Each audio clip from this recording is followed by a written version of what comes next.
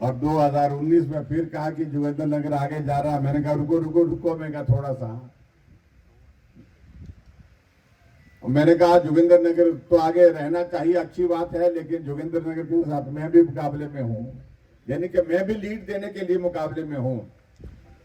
और जब बात आई 2019 के लोकसभा के चुनाव की, तो 36,000 वोटों से आप लोगों ने यहां से बढ़त दी उनको, और 37,000 वोटों से हमने वहां सराज विधानसभा क्षेत्र से बढ़त दी। फिर उन्होंने कह भी दिया मुझे कि भाई अब ऐसा है कि आप जीते में हारा, मतलब उनका भाव यह कि यानी कि शर्त लगाते थे आपस में हम। और कई बार शर्त लगाना अच्छे काम के लिए, आगे बढ़ने के लिए बहुत जरूरी होता है। और ये शर्त जो है ये सिर्फ इस भाव के साथ थी कि हम मिलकर के काम करें, ज्यादा मेहनत करें, ज्यादा परिश्रम करें, उसके लिए हम काम करें, उसके लिए हम काम करने की कोशिश करता हूं। आज मुझे बहुत सारी यादें उनकी आती हैं, मैं उनके प्रति श्रद्धांजलि देता हूं। और जो नुकसान हुआ है पार्टी को, उनके परिवार को जो क्षति हुई, उसकी पूर्ति संभव नहीं है, लेकिन ईश्वर ताकत दे सभी को उस क्षतिपूर्ति के लिए। भाई और बहनों, ये लोकसभा का चुनाव है, और लोकसभा के चुनाव का मतलब है हमने देश की सरकार बनानी है। देश की सरकार का मतलब है हमको देश का प्रधानमंत्री बनाना है। और जब देश के प्रधानमंत्री बनाने की बात और सरकार बनाने की बात आती है, तो पूरे देश में अब की बार एक ही नारा लगा हुआ है, एक कोने से दूसरे कोने तक, और वो नारा ये है कि चुनाव होना बाकी है, वोट अभी पड़ने बाकी है, लेकिन देश ने पहले ही तय कर दिया है कि आएंगे तो मोदी जी। ये सबसे बड़ी बात। आज तक हमने चुनाव जितने भी लड़े उसमें यह होता था, हम बोलते थे हम आएंगे, दूसरे बोलते थे हम आएंगे। अब की बार हम बोलते हम आएंगे, दूसरे वाले बोलते ही नहीं है हम आएंगे, क्योंकि हालात ऐसे कर दिए उनके। पूरे देश भर में ये हालात बन गए कि आज कांग्रेस पार्टी, जो कभी 400 से ज्यादा सीटों के साथ शासन करती रही देश में, आज वो पार्टी 40 के लिए तरस रही है। और कुछ नेता उनके कह रहे हैं भाई थोड़ा जोर लगाओ, 50 तो हो जाए, 50 भी नहीं हो पा रहे। और होंगे भी कैसे? आप अंदाजा लगाइए कि पूरे देश भर में जब सत्ता मिली इनको, लंबे समय तक सत्ता मिली, तो काम क्या करते थे? देश के भले का काम नहीं, देश को लूटने का काम होता था। 1,76,000 करोड़ रुपए का घोटाला, 1,76,000 करोड़ रुपए का घोटाला, 30,000 करोड़ रुपए का घोटाला, आसमान में घोटाला, जमीन में घोटाला, पानी में घोटाला, सब जगह घोटाला ही घोटाला। और एक सरकार आप सबके सामने देश के प्रधानमंत्री नरेंद्र मोदी जी के नेतृत्व में चल रही है। 2014 से 10 वर्ष का कार्यकाल पूरा हो गया, और 10 वर्ष का कार्यकाल पूरा होने के बाद एक आदमी उंगली उठा करके नहीं कह सकता हमारे देश के प्रधानमंत्री नरेंद्र मोदी जी को कि आपके ऊपर यह आरोप है। इसे कहते हैं सरकार, इसे कहते हैं ईमानदारी से सरकार चलाने का। भाई और बहनों, मैं देख रहा हूं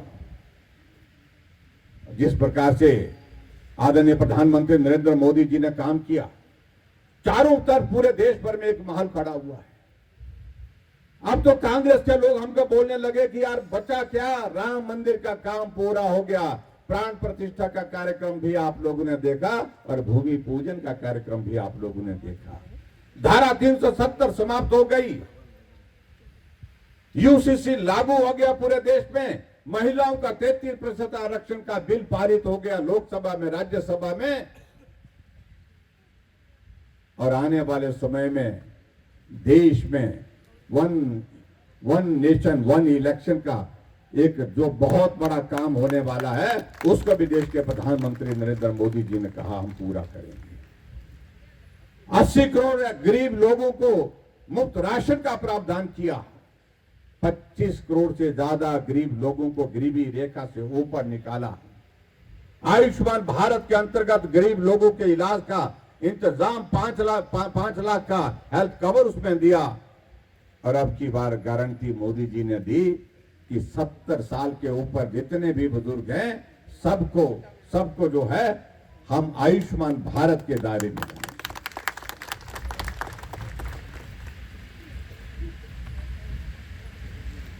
आज सारी चीजों को लेकर के मुझे कहने की आवश्यकता नहीं है।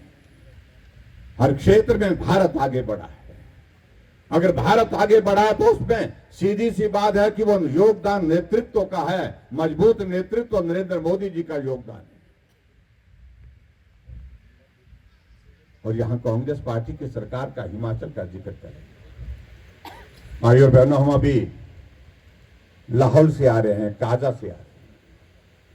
आज की ही बात मैं सुनाता हूं। काजा में हम पहुंचे और जहां हमारा कार्यक्रम रखा था लोकसभा की, हमारी कैंडिडेट कंगना रनौत वो भी साथ में थी। रवि ठाकुर जो लाहौल से चुनाव लड़ रहे हैं वो भी साथ में थे। जहां हमारी सभा थी, हमने प्रशासन से परमिशन लेकर के उस कार्यक्रम का आयोजन वहां पर किया था। लेकिन सरकार के कहने पर हमारे से थोड़ी दूर दूसरा कांग्रेस पार्टी के नेता कोई नहीं आ रहा था, लेकिन उनका कार्यक्रम के लिए वहां पर परमिशन दे दी जानबूझ करके।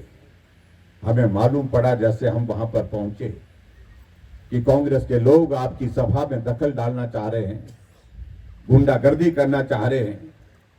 मैंने उसी वक्त एसपी को फोन किया कि हमारी आशंका है, हमारे पास ऐसा इनपुट है कि कांग्रेस पार्टी वाले जो जिनको परमिशन यहां गलत तरीके से दी गई है, जब एक जगह हमको परमिशन दी है तो उनको परमिशन नहीं होनी चाहिए थी। हमने कहा आप जिम्मेवार होंगे अगर कुछ यहां पर हुआ तो। अभी हमारी सभा समाप्त नहीं हुई थी, हम भाषण दे रहे थे। कांग्रेस के नेता झंडे हाथ में लेकर के आ गए, काले झंडे लेकर के आ गए और नारे लगाते रहे। वहां पर पुलिस के 5-4 आदमी थे वहां पर, और हमने अपने साथियों को शांत रहने के लिए कहा। हमने कहा हम कुछ नहीं करेंगे, और हमारी सभा को भी हमने डिस्टर्ब किया। और उसके बाद जब हम हेलीकॉप्टर की तरफ आगे बढ़ने लगे, हमारा काफिला वहां सड़क में से गुजरने लगा, गाड़ियों को रोका गया और गाड़ियों को रोकने के साथ गाड़ियों पर पथराव किया, नारे लगाए, हमारी गाड़ियों को तोड़ने की कोशिशें की। और आगे बढ़कर के मैं ये कहूंगा, हमारा एक नौजवान जिसका पांव टूट गया है। ये देवभूमि हिमाचल प्रदेश है, किस तरह से कांग्रेस की गुंडागर्दी सामने आ रही है। हमने चुनाव आयोग को शिकायत करने के लिए कहा है अपनी पार्टी के नेताओं को, और हमने कहा कि इस बारे में कार्रवाई होनी चाहिए, इस मामले में एफआईआर भी होनी चाहिए, जो दोषी लोग हैं उनके खिलाफ मामला भी दर्ज होना चाहिए। और जो जिनके इशारे पर किया, और ये जो किया कांग्रेस के बड़े नेताओं के इशारे पर नहीं, तो किसी की हिम्मत नहीं होती थी ऐसा करने के लिए।